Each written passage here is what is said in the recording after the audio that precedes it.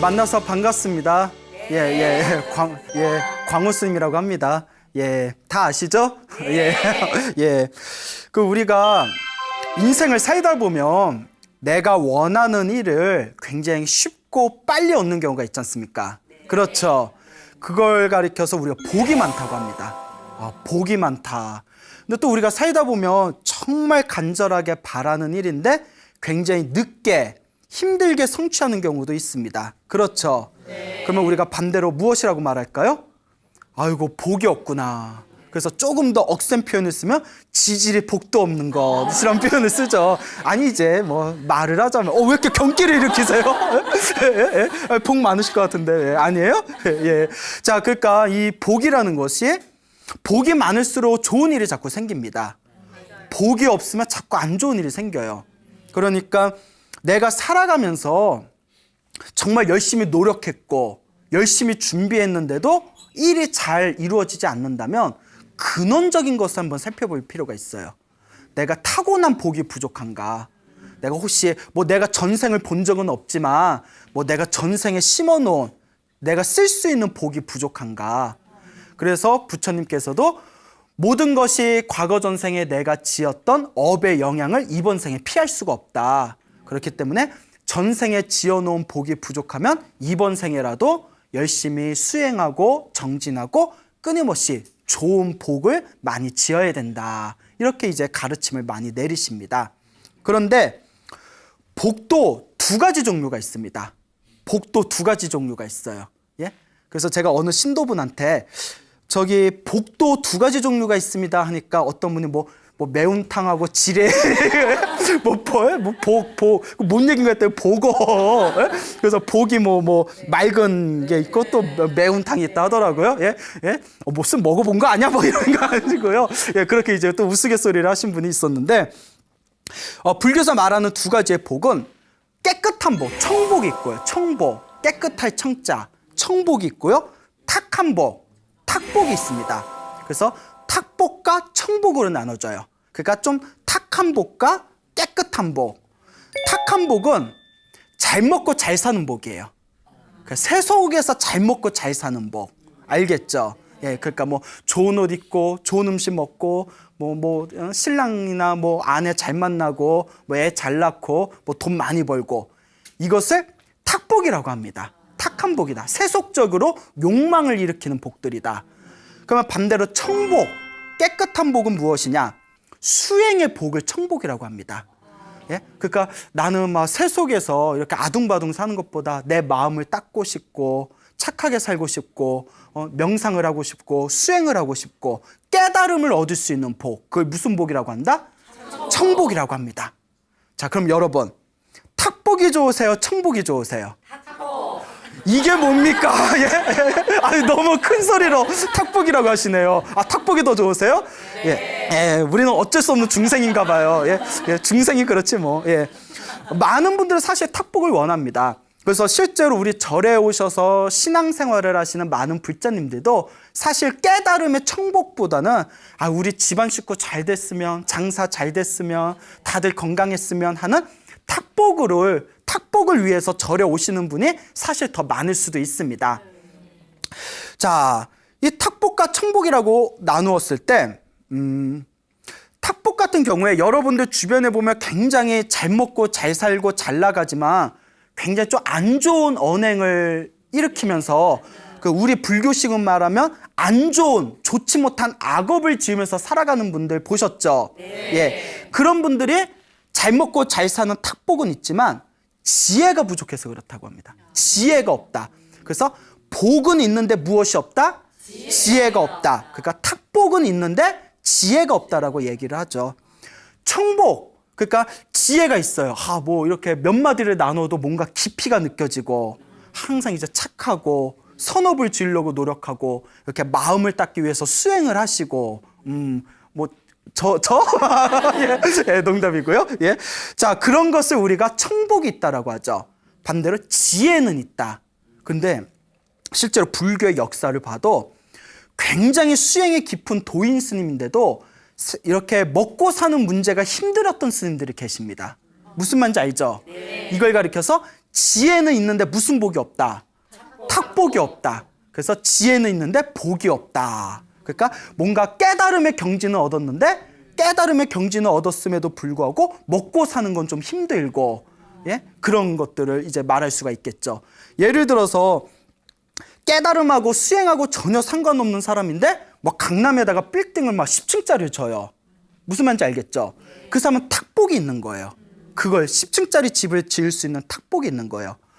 어떤 분은 깊은 명상을 통해서 우리 중생들이 얻을 수 없는 깨달음의 경지를 얻었는데도 어디 절에다가 자기 짐 하나 놓을 그런 방이 하나 없는 스님들이 있을 수도 있어요. 그분은 지혜는 있지만 무엇이 없구나?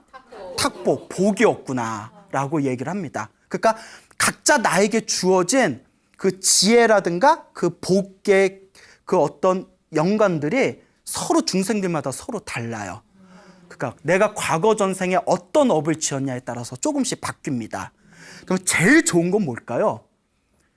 복도 있고 무엇도 있는 거. 그렇죠. 지혜도 있는 거. 예? 복도 있고 지혜도 있는 걸 최고로 칩니다. 예, 우리 중생은 욕심이 많잖아요. 예? 그래서 흔히 이런 얘기 하잖아요. 너는 배부른 돼지가 좋냐? 배고픈 소크라테스가 좋냐? 막 우린 진지하게 고민하거든요. 예? 진지하게 고민하잖아요. 나 밥도 많이 먹는데 나 어떻게 해야 되지? 예? 근데 고민할 필요 없어요. 뭐가 되면 좋아요? 그렇죠. 배부른 소크라테스가 되면 좋죠. 그렇죠. 근데 그게 쉽지는 않아요. 그 복과 지혜를 함께 얻는 것이 쉽지는 않습니다. 그래서 우리 불교에서는 복해쌍수라는 말을 합니다. 복과 지혜를 어떻게 해라? 쌍수하니까 뭐 쌍꺼풀 수술 이게 아니라 복도 있고 지혜도 있으면 좋은 병원에서 좋은 의사한테 쌍꺼풀 수술 받나 보다 이렇게 해석하지 마시고 복도 지혜도 쌍수 함께 닦는다. 두 개를 함께 닦는다는 뜻이에요. 복과 지혜를 함께 닦는다. 그게 가장 이상적이겠죠. 그 부처님 경전에 보면 이런 내용이 나옵니다. 머나먼 과거 세상에 지금 석가모니 부처님 이전에 다른 부처님 다른 세상에 2명의 형제가 있었답니다. 이 2명의 형제들이 너무 부처님의 가르침이 좋아서 2명이 이제 출가를 합니다. 그런데 형이 되는 스님은 오직 계율을 지키고 명상 참선만 하고 경전만 공부만 했대요. 그리고 남들에게 베풀 줄을 몰랐대요. 그냥 딱 자기 공부만 했대요. 오직 자기 공부. 예. 동생은 공부를 했다 안 했다? 공부는 안 하고 무조건 밖으로 돌아다니면서 사람들한테 베푸는 것만 좋아했대요. 공부는 열심히 그냥 사람들한테 이것도 주고 저것도 주고 절에 뭐 있는 뭐 무도 캐가다가 뭐 주고 뭐 하여튼 사람들한테 베푸는 건 좋아하는데 수행을 하지 않았대요. 그 두 분이 이제 세상을 떠나게 됩니다. 다음 생에 이제 석가모니 부처님 시대에 이제 태어나게 돼요. 자, 형은 스님으로 태어났답니다. 형은 이제 태어나서 스님이 됐대요. 그거 열심히 수행을 했대요. 그리고 전생에 또 열심히 수행했던 힘에 의해서 깨달음을 얻게 됩니다. 깨달음을 얻은 성자가 돼요. 그래서 불교에서는 모든 욕망과 번뇌가 사라진 깨달은 성자를 아라한이라고 부릅니다. 들어보셨죠? 아라한. 그래서 우리 절에 가면 나한전이라고 있잖아요. 아라한들을 모셔놓은 절 나한전이라고 있습니다. 예, 다 아시죠? 예, 근데 표정이 뭐 이렇게 예, 그래요. 자, 아라한이 되세요. 예, 완전한 깨달음을 얻은 성자 아라한이 되시고 동생은 코끼리로 태어납니다. 왜? 지혜를 안 닦아서 내 마음을 닦지 않고 마음 수행을 안 했기 때문에 뭔가 마음에 어떤 번뇌 때가 있었나 봐요. 코끼리로 태어나게 돼요. 코끼리로 태어났는데 놀라운 반전이 생깁니다. 아라한이 된 그 전생의 형이었던 스님은 아라한이 되신 스님은 전생에 자기 공부만 열심히 했기 때문에 이번 생에 깨달음을 얻은 성자가 쉽게 될 수 있었어요. 그런데 사람들한테 전생에 하나도 베풀 줄을 몰랐기 때문에 깨달음을 얻었는데도 이번 생에 먹고 살기가 힘들었대요. 옷 한 벌 구하기도 힘들고 밥을 비리러 나가도 깨달은 성자면 사람들이 성자가 오셨다고 막 공양 올릴 것 같잖아요. 전생에 베풀어 놓은 게 없으니까 사람들도 몰라보는 거예요. 그래서 항상 배가 고프고 항상 추웠대요. 깨달음을 얻은 분이. 여러분 좀 반전이죠. 예, 그러니까 자꾸 공부해야 돼요. 코끼리는 전생에 마음 수행을 하지 않았기 때문에 이번 생에 축생, 짐승으로 태어났지만 전생에 복을 많이 지었잖아요. 여러분 일단 이번 생에 잘생긴 거는 일단 복입니다. 전생에 공덕을 지은 거예요. 뭐 움찔하는 분이 계시는데 일단 거울 한번 보세요 나중에. 그래서 잘생긴 거는 전생에 지은 복입니다. 실제로 우리 주변에 보면 똑같은 실수를 했는데도 좀 더 예쁘거나 잘생기면 왠지 어떤 마음이 들어요? 그렇죠. 막 격렬하게 그냥 짜증나죠. 짜증나.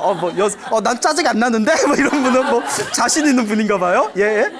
자, 그러니까 일단 예쁜 외모로 태어난 것 자체는 복이에요. 실제로 짐승도 개를 키우고 고양이를 키워도 예쁜 애들이 사랑받아요. 동감하시죠? 네. 그리고 힘이 센 것도 복이에요. 스님, 저는 힘이 너무 약합니다 하면 전생에 뭔가 악업이 있는 거예요. 이번 생에 타고나기를 힘센 것도 전생에서 넘어온 복이다. 네, 코끼리로 태어났는데 마음 수행을 하지 않아서 코끼리로 태어났지만 전생에 복을 많이 지어서 그런지 아주 힘이 세고 등치가 아주 크고 잘생긴 코끼리로 태어난 거예요. 그래서 그 나라에 어떤 큰 전쟁이 일어났을 때 그 코끼리가 앞에 나가서 힘이 워낙 세니까 수많은 적들을 무찔렀대요. 그 코끼리가. 그래서 이제 왕이 그 코끼리를 이제 궁전으로 이제 데려와가지고 왕이 직접 키웁니다. 그래서 전생에 복을 많이 지니까 힘도 세지, 잘생겼지, 그리고 전쟁터에서 큰 공을 세웠으니까. 여러분, 우리가 전쟁이 일어났을 때 불교적으로 보면요, 전쟁이 났을 때 이기는 것도 복하고 관계가 돼 있대요. 복 없으면 이길 것 같은 것도 질 수가 있답니다. 실제로 뭐 지금 현대전을 어떻게 비교하기는 뭐하지만 삼국지나 뭐 초안지 같은 책을 보면 다 이긴 싸움인데 갑자기 져버린다거나 질 것 같았는데 하늘의 운이 따라서 이기는 경우가 있잖아요. 그래서 불교에서는 전쟁도 복에서 많은 차이가 난다라는 그런 가르침이 있습니다. 그러니까 복은 우리 삶의 실생활 그 곳곳에서 발휘하는 힘이에요. 복이 없으면 일 잘 안 풀리고 복이 있으면 뭔 짓을 해도 잘 풀려. 막 격렬하게 동감하시잖아요. 인생을 살아본 분은 알아. 그러니까 이제 전쟁터에서 크게 승리를 하니까 이 왕이 금은보화로 장신구를 만들어서 코끼리에다가 옷을 입혀주고 다 보석이야. 그리고 항상 음식도 인간이 맛볼 수 없는 최고로 좋은 음식만 먹이는 겁니다. 비록 축생으로 태어났지만 전생에 무엇을 지은 게 많아서? 복을 지은 게 많아서. 근데 이제 하루는 아란 스님이 이제 마을에 들어갔는데 며칠 동안 굶었대요. 밥을 얻지 못해서. 그래서 너무 배가 고파가지고 깨달음을 얻었는데도 참 그렇게 복이 없으니까 밥 하나 구하기가 힘드네요. 돌아다니다가 저기 궁전 옆을 지나가는데 그 온몸에 그냥 황금으로 장식을 한 코끼리를 보게 됩니다. 코끼리를 보게 돼요. 근데 코끼리를 보는 순간 깨달음을 얻으신 성자잖아요. 전생에 누구구나, 동생이구나라는 걸 알게 돼요. 야, 나는 인간으로 태어나서 깨달음을 얻었는데도 나는 이렇게 밥 굶고 다니고 쟤는 참 코끼리로 태어났는데도 어떻게 인간보다도 더 잘 사냐. 제가 그걸 격렬하게 느꼈던 게 오래전에 우연히 신문에 본 적 있어요. 신문에 무슨 해외 토픽 같은 게 나왔는데 인터넷 신문이었나? 하여튼 그 힐튼 호텔의 상속녀라는 여자가 있어요. 누구죠? 페리스 힐튼이잖아요. 힐튼이 치와한가 애완견이 있더라고요. 애완견이 이렇게 치와를 안고 있는 사진인데 그 해외 토픽의 내용이 뭐냐면 페리스 힐튼 자기 애완견 개집이 우리나라 돈으로 3천만 원짜리예요. 그 순간 개팔자가 그러니까 개로 태어났지만 전생에 복이 많은 거예요. 아니 내 통장을 봐도 3천만 원이 내 통장을 봐도 어떻게 개가 나보다 더 잘 살아. 순간 웃겠어요. 이제 웃자고 한 말이고. 자, 그래서 진짜인 것 같아요. 자, 페리스 힐튼 그래서 이런 경우 많이 보잖아요. 그러니까 그 코끼리 전생에 아우였던 코끼리를 보면서 금은보화로 다 옷을 입고 자기는 며칠 동안 쫄쫄 굶었는데 온갖 진수성찬을 맛보고 있는 코끼리를 보면서 앞으로 딱 갑니다. 가서 뭐라고 했을까요? 나 좀 줘, 이랬을까요? 다 귀에다 뭐라고 속삭였대요. 뭐라고 속삭였냐면 너도 나도 틀린 거다. 너도 틀렸고 나도 틀렸다. 라고 귀로 속삭였답니다. 근데 이제 깨달음을 얻은 아라한 성자의 음성이었기 때문에 코끼리 인정 그 말을 딱 알아들었대요. 근데 여러분 짐승 개나 고양이 키워보면 맑게 알아듣잖아요. 예, 응? 가끔 얘가 진짜 사람인가 싶기도 할 때도 있어요. 그러니까 너도 틀리고 나도 틀렸다 하는 순간 이 코끼리가 비록 축생이지만 전생에 자기가 살았던 모습이 다 펼쳐지면서 지금 자기의 모습을 다 바라보게 됩니다. 그 순간 더 이상 먹지도 않고 우울증에 걸렸대요. 코끼리가 우울증에 걸렸어요. 야, 그래도 내가 전생에 복을 많이 줬는데 내가 이렇게 코끼리로 태어났다니. 아무리 황금으로 장식을 하고 아무리 좋은 음식을 먹어봤자 결국 짐승이잖아요. 그 왕이 코끼리가 우울증에 걸려서 음식을 먹지 않으니까 코끼리 사육사를 부릅니다. 무슨 일이 있었냐? 아니 왜 조금 추레해 보이는 스님이 와서 코끼리한테 뭐 몇 마디 했는데 그대로 코끼리가 저렇게 우울증에 걸렸습니다. 예? 그 스님을 빨리 모셔와라. 그 스님을 모셔옵니다. 어떻게 다 이렇게 사방팔방 이제 찾아다녀서 왕이 그 스님이 다 오셨을 때 그 스님에게 질문을 던집니다. 도대체 코끼리에게 무엇라고 이야기를 했길래 우리 저 힘있고 씩씩한 코끼리가 저렇게 우울증에 빠진 것입니까?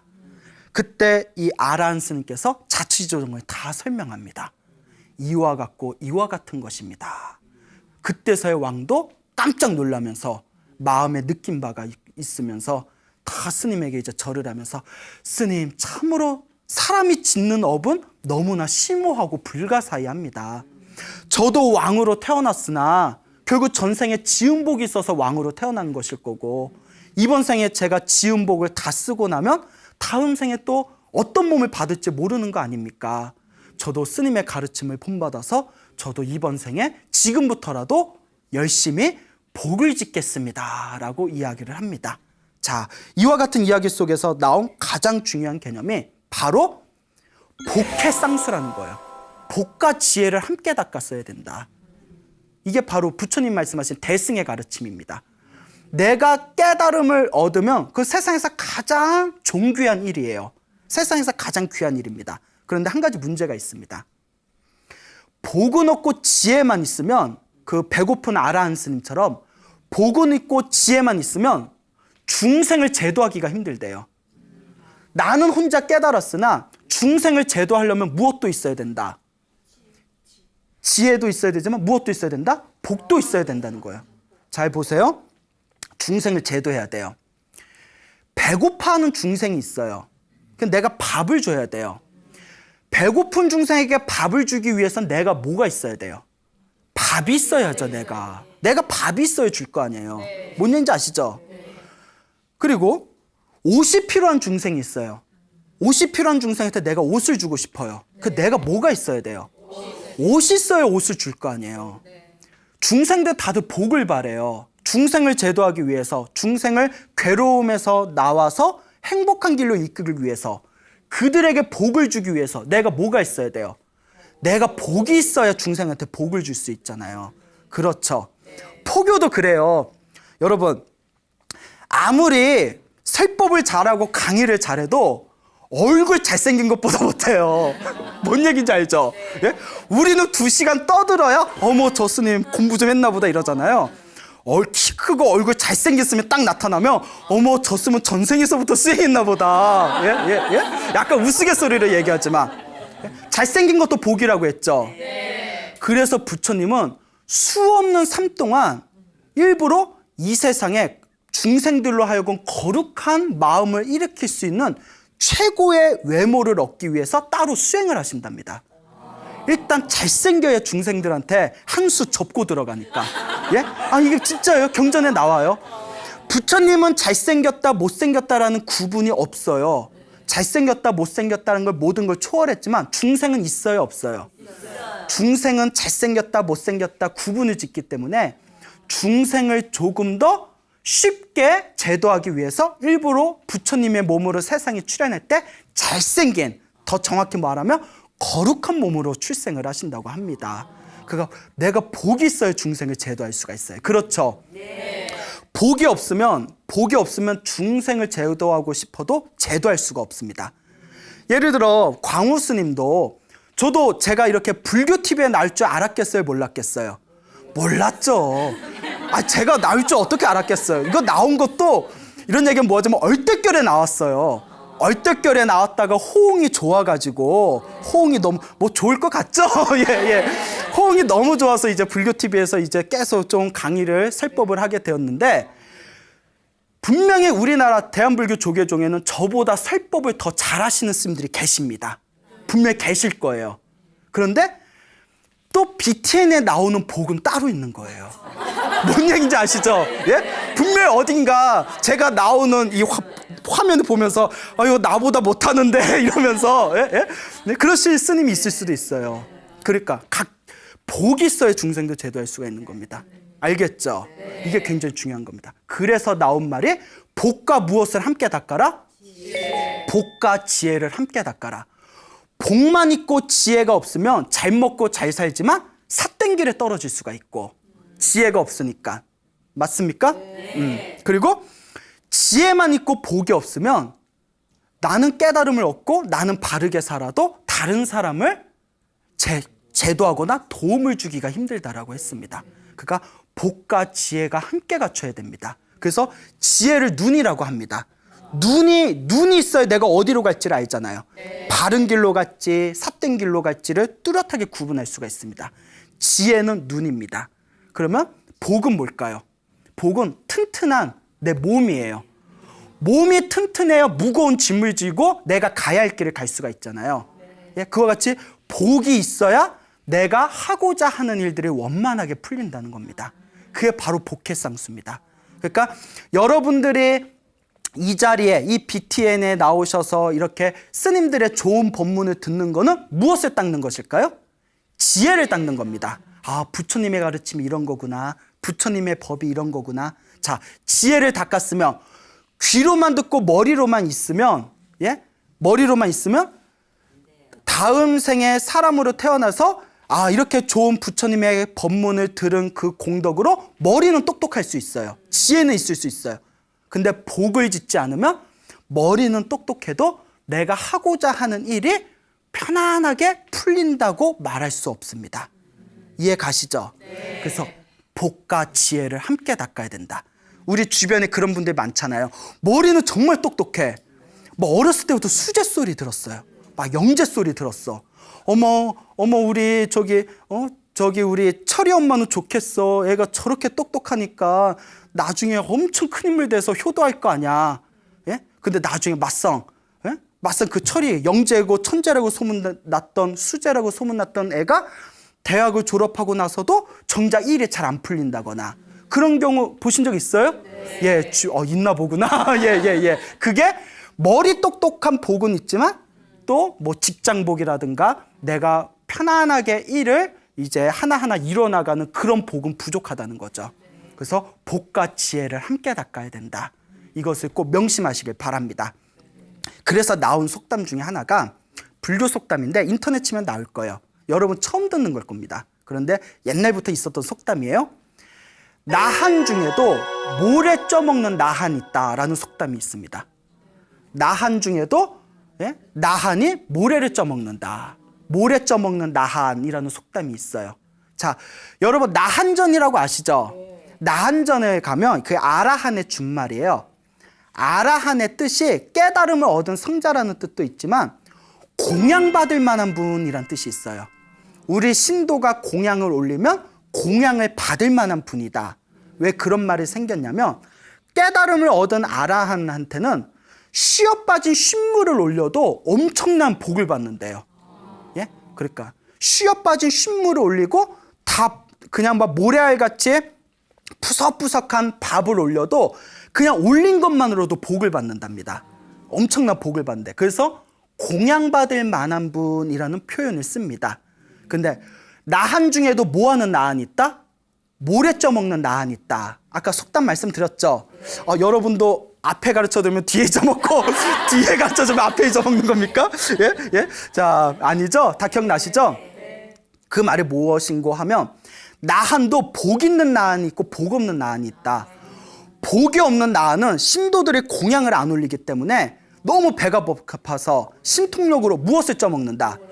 모래를 쌀로 바꿔서 쪄먹는다라는 속담이 그래서 나온답니다. 그래서 우리가 이제 불교적으로는 그런 가르침이 있지만 그 속담을 우리가 일상생활에 쓸 때는 나한 고위 관리, 높은 지위에 있지만 높은 지위에 있는 사람 중에서도 고생하는 사람들이 있다.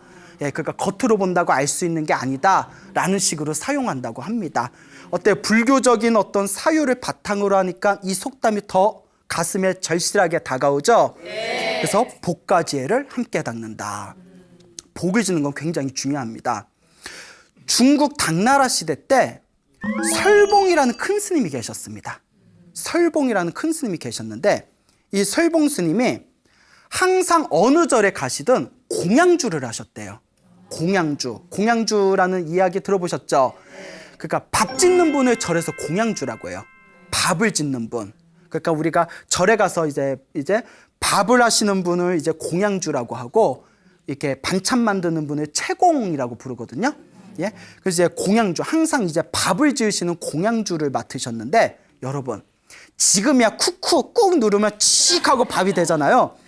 옛날에 스님들이 오죽 많아요. 모여 사니까 막 수백 명, 수십 명, 수백 명 되는 스님들의 밥을 지려면 장작 패야지, 가마솥에 물 끓여야지, 거기다 쌀 그거 다 닦아가지고 거기 밥을 짓고 밥 다 퍼드리고 남아있는 밥알 다 골라내가지고 쑥육 끓여야 되고, 노가다도 이런 노가다가 없어요. 그러니까 스님들이, 옛날 노스님들이 우리 젊은 스님들 보면 정말 너네는 편하다고, 우리 때는 밥 짓고 장작 패고 하느라고 공부할 시간이 없었다, 또 이런 얘기를 하세요. 예. 또 이렇게 얘기하니까 되게 부끄럽네요. 예. 자, 그래서 공양주가 굉장히 힘듭니다. 근데 옛날 중국 당나라 시대 때 항상 어느 절에 가시든 설봉 스님은 무엇을 항상 하셨다? 공양주를 하셨대요. 그 힘든 걸 항상 자청하셔서 하셨답니다. 그래서 그분은 항상 자기가 쓰는 쌀 조리개가 있었대요. 쌀 조리. 그래서 이제 자기가 쓰는 쌀 조리로 이제 그 돌 같은 거, 그 조그만 그 불순물 같은 걸 다 걸러내셨대요. 그렇게 오랜 시간이 지납니다. 그리고 설봉 스님도 드디어 깨달음을 얻습니다. 깨달음을 얻은 뒤에, 왜 이 설봉 스님께서 이 중국 선종사에서 유명하냐면, 중국 선종 역사에서 가장 처음으로 절을 지어서 가장 처음으로 1000명이 넘는 스님을 모았대요. 그러니까 그 이후에는 막 2000명, 3000명까지 모인 절들이 있었지만 중국 선종의 역사에서는 가장 첫 번째로 1000명의 그 기록을 깨신 분이 바로 설봉 스님이세요. 그래서 1500명을 모으셨답니다. 1500명을 모으셨대요. 근데 1500명의 대중들에게 법문을 하실 때 항상 이렇게 말씀하셨답니다. 너희들이 이 자리에 어떻게 온 건지 아느냐? 너희들이 이 자리에 어떻게 온 건지 아느냐? 예? 다 내 어디에서 나온 거다? 쌀 조리개에서 나온 것이다 라고 하셨대요. 내가 지은 복으로 너희들이 여기에 모이게 된 것이다. 여러분 생각해 보세요. 옛날에 먹고 살기 힘들잖아요. 스님들이 1500명이 한 절에서 살면 그 식량을 어떻게 될 거예요? 그 식량을 어떻게 될 수가 있어요? 예? 그 식량을, 그 1500명의 사람들의 식량을 대어주기 위해서는 바로 누구의 복이 있어야 된다? 그 절에 주지 스님이신 설봉 스님의 복이 있어야 했다는 거예요. 설봉 스님이 평생 스님들을 위해서 공양, 쌀밥을 짓고 스님들을 위해서 항상 힘들고 괴로운 일을 자청하면서 복을 지었던 힘으로 1500명의 스님을 모을 수가 있었다. 이게 복해상수입니다. 만약 설봉 스님이 나 혼자 수행만 할 거야 하고 지혜만 열렸다면, 복은 없고 지혜만 있었다면 1500명 스님을 모을 수 있었을까요? 아마 힘들었을 겁니다. 이게 바로 복해상수의 정연적인 우리 불교의 한 예가 되겠습니다. 알겠죠? 네. 제 재밌는 얘기 하나 해드릴게요. 그 한 50년 전에 어느 이제 스님께서 이제 어렸을 때 50년 전에 이제 어린 나이에 출가를 하셨대요. 저쪽 이제 부산 어느 쪽, 남해 어느 쪽에 이제 출가를 하셨는데, 그때 이제 행자들이라고 하죠. 출가 스님 되기 전에 행자 생활이라는 걸 하는데, 이 행자가 생활을 하면서 이제 열심히 이제 뭐 행자 설거지도 하고 걸레질도 하면서 살았겠죠. 근데 그때 그 절에 그 굉장히 유명한 도인이라는 스님이 이렇게 찾아오셨대요. 도인 스님이라고 이제 소문난 스님이 찾아오셨는데, 이제 행자들을 불러가지고, 행자들이 여러 명 있었나 봐요. 그러니까 가장 맑고 순수할 때거든요, 행자 때가. 너는 앞으로 나중에 스님 되면 중노를 이렇게 해라. 너는 앞으로 저렇게 해라. 너는 중노로 스님노를 이렇게 해라. 한마디 한마디 다 일러줬대요. 그리고 마지막에 나이 어린 자기를 딱 보면서 너 좀 잠깐 남아있어라 이러더래요. 너 좀 잠깐 남아있어라. 뭐지? 예? 나이가 특별히 무언가를 주실려나 보다. 내가 큰 인물이 될려나 보다. 그 어린 마음이 그렇게 생각했대요. 그러니까 남아있는데, 그 이제 도인 스님이 다 이렇게 오시더니, 야, 너는 얼굴에 복딱지가 하나도 없다고. 너는 얼굴에 복이란 복은 하나도 어쩜 그렇게 없을 수가 있냐. 그렇게 얘기를 하더래요. 그 어린 마음이 충격을 받았대요. 야, 넌 복이 없어서 스님이 돼서 신도들한테 시중물 받아 먹으려면, 예? 왜 조금이라도 복이 있어야 되는데 너는 신도들한테 얻어먹을 복도 없겠다. 그러니까 이 어린 마음에 상처를 받으니까 열심히 복을 줘라. 네가 복을 주면 혹 중노로 계속 할 수도 있을 것 같다. 다 이렇게 얘기를 해줬대요. 복을 많이 줘라. 네가 복이 참 없구나. 그런 얘기를 딱 듣고, 그러니까 어렸을 때 가장 순수할 때잖아요. 그때 딱 결심이 섰대요. 아, 지금부터라도 내가 스님이 되고 나서라도 열심히 복을 짓겠다. 그게 이제 50년 전 일이었대요. 그래서 이제 참선하는 선방을 갔어요. 그래서 이제 참선하는 선원을 갔는데, 그 어느 절에 갔는데, 그 절에 공양주 소임이 피었대요. 공양주 소임이 피어서 그 절에서 공양주를 이제 자기가 하겠다고. 옛날부터 이런 얘기가 있습니다. 스님들을 위해서 밥을 짓는 공양주 소임이 굉장히 복을 많이 짓는 소임이래요. 복을 가장 많이 짓는 게 첫째가 간병이래요. 간병. 왜냐면 병든 분 간병해 본 적 있어요? 얼마나 힘들어요. 정말 순수한 마음을 갖고 간병해 준 게 엄청난 복을 짓는 거래요. 두 번째가 공양주래요. 스님들을 위해서 밥을 올리고 밥을 짓는 게 옛날에는 너무 힘들었기 때문에, 지금은 좀 편해졌으니까 복이 좀 떨어졌을 거예요. 옛날에는 아까도 말씀드렸다시피 장작도 펴야 되고 물도 기어야 되고 가마솥에 져야 되니까 스님들을 위해서 공양주 하는 게 간병 다음에 두 번째로 제일 큰 복이었대요. 그래서 제가 공양주를 하겠습니다. 이제 복을 지으려고. 그리고 정말 힘들었대요. 너무 힘들어가지고 막 온몸 막 손하고 발에 다 트고, 그리고 옛날에 겨울에 이제 뜨거운 물도 아낀다고 그렇게 이제 샤워도 매일 못 했대요. 지금이야 이제 시설이 좋으니까 저도 뭐 샤워를 뭐 여러 번, 하루에도 여러 번 하고, 딱 봐도 깨끗해 보이지 않아요? 아니에요? 자, 이제 그 샤워하지만 옛날에는 겨울에 이제 뜨거운 물이 부족하니까 이제 저기 목욕하기도 힘들었대요. 그래서 뭐 보름에 한 번씩 했대요. 삭발할 때 겨울에 목욕을. 그래서 굉장히 더러운 얘기 하나 해드릴게요. 이렇게 발도 제대로 못 닦으니까 이렇게 겨울에 등산 한번 싹 갔다 와서 차방에 가서 녹차를 마시면 양말이 축축해질 대로 이렇게 발에 땀이 난대요. 그러면 이제 양말을 벗어가지고 이렇게 손가락으로 쫙쫙 밀면 발대가 이렇게 뭉쳐서 나온대요. 예, 이런 반응을 원했어요. 예, 더럽죠. 예. 그 정도로 그렇게 이제 열악했대요, 옛날에. 거기서 3년을 공양주를 하셨대요.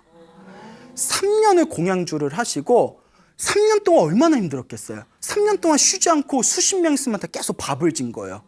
여러분들 같으면 하겠어요? 그것도 무료로. 예, 그렇죠. 한 연봉 1억 되면 뭐 한 번 3년, 예?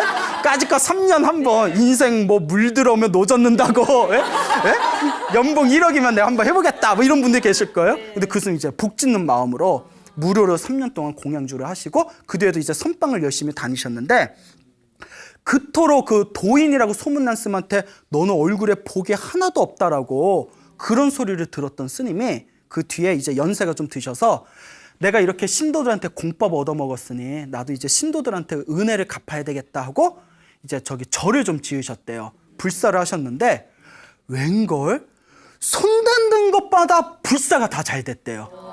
그래서 사람들이 구름같이 모여서 막 모르는 사람 신도도 스님 불산다는데 이거 쓰세요. 이거 쓰세요. 스님 뭐 얼마 필요하세요? 사람 복이 없다는 스님이. 그래서 어느 절인지 밝힐 수는 없지만 이름만 되면 다 알만한 큰 절에 주지까지 사셨어요.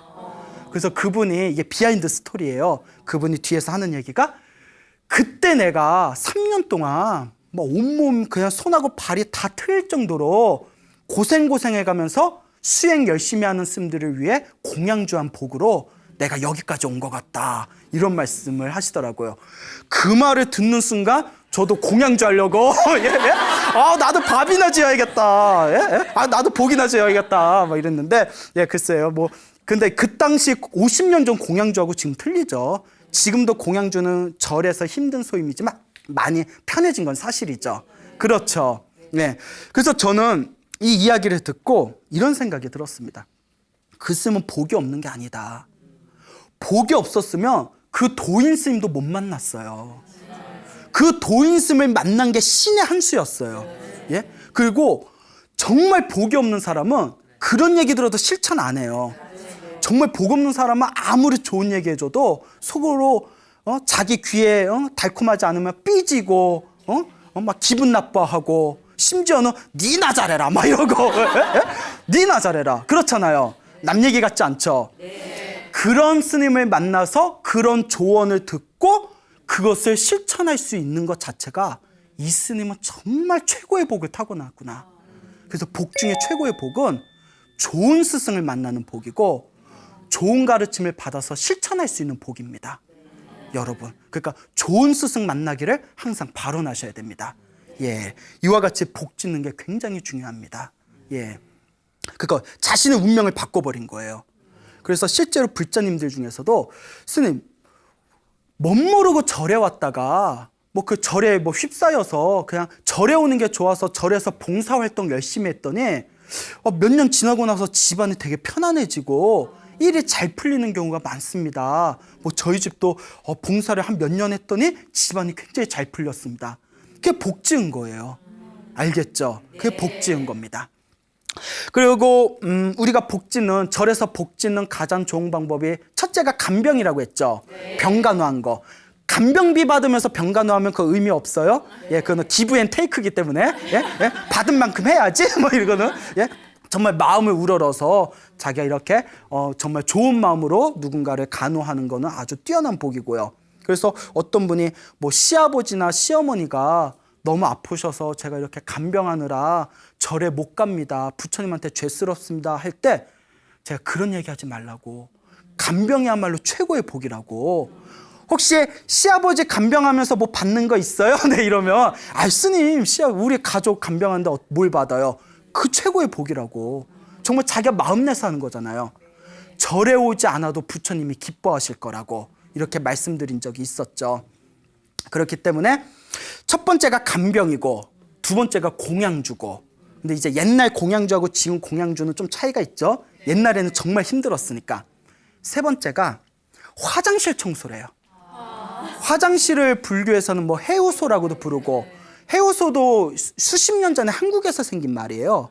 저기 이제 통도사의 극락암의 경봉 스님이 이제 근심을 푸는 곳이다 해서 해우소라고 했는데, 원래는 정통이라고 불렀어요. 정통. 깨끗할 정자를 썼어요. 항상 깨끗해야 된다. 네, 생각해 보세요. 지금 해우소는 완전 반딱반딱 수세식이잖아요. 예? 예? 그 락스 확 뿌리고 착착착착 하고 그렇잖아요. 옛날 화장실 얼마나 더러웠겠어요. 막 구더기, 막 푸세시, 뭐 깨끗한 척. 예? 예? 다 우리 배에서 나온 건데. 예? 옛날 수백 명 스님들이 쓰는 화장실을 생각해 보세요. 냄새부터가 장난 아니겠죠. 화장실, 옛날에 그 화장실 청소가 그렇게 복을 많이 받았대요.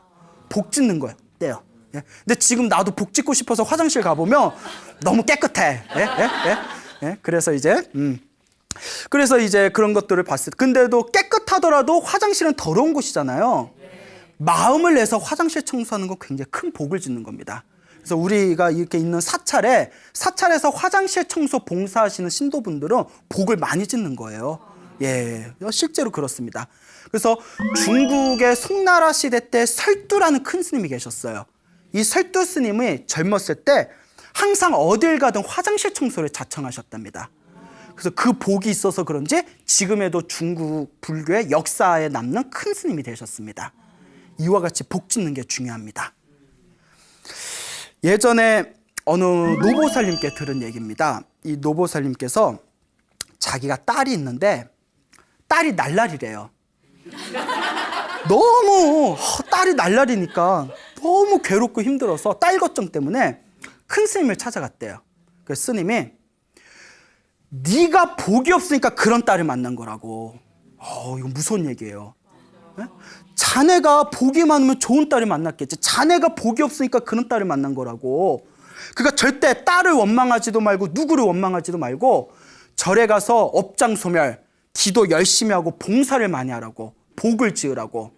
그 말에 딱 충격을 받고, 그렇잖아요. 내가 전생에 복이 없어서 이런 딸을 만났구나. 예? 그리고 열심히 기도를 하고 봉사를 했대요. 몇 년을 열심히 했는데 효과가 있었을까요? 없었을까요? 없었어요. 예. 아니요, 또 계속 들으세요. 왜 이렇게 성격이 급해? 예? 처음에 몇 년 했을 때 효과가 없어서 큰 스님을 다시 찾아갔더니 네가 얼마나 복이었으면 이렇게 했는데도 효과가 없겠냐고. 더 하라고. 예? 이거 사람 속이는 방법도 가지가지야. 예? 네가 복이 없으니까 효과가 없지. 더해. 우리 같으면 못했을 거야. 몇 년 했는데 효과 없으면 이거 속은 거 아니야? 근데 그 노보살님이 계속 열심히 했대요. 기도도 열심히 하고 새벽 기도도 나가고 매일매일 기도하고 화장실 청소도 하고 무슨 절에 큰 행사 있으면 가서 봉사하고. 그리고 그 노보살님이 저한테 직접 해주신 얘기입니다. 딸이 마음을 잘 잡아서 지금 외국에서 남편이랑 잘 살고 있대요. 예, 정말 일이 잘 풀렸다고. 여러분, 운명은 바꿀 수 있습니다. 복과 지혜를 함께 닦으시길 바랍니다.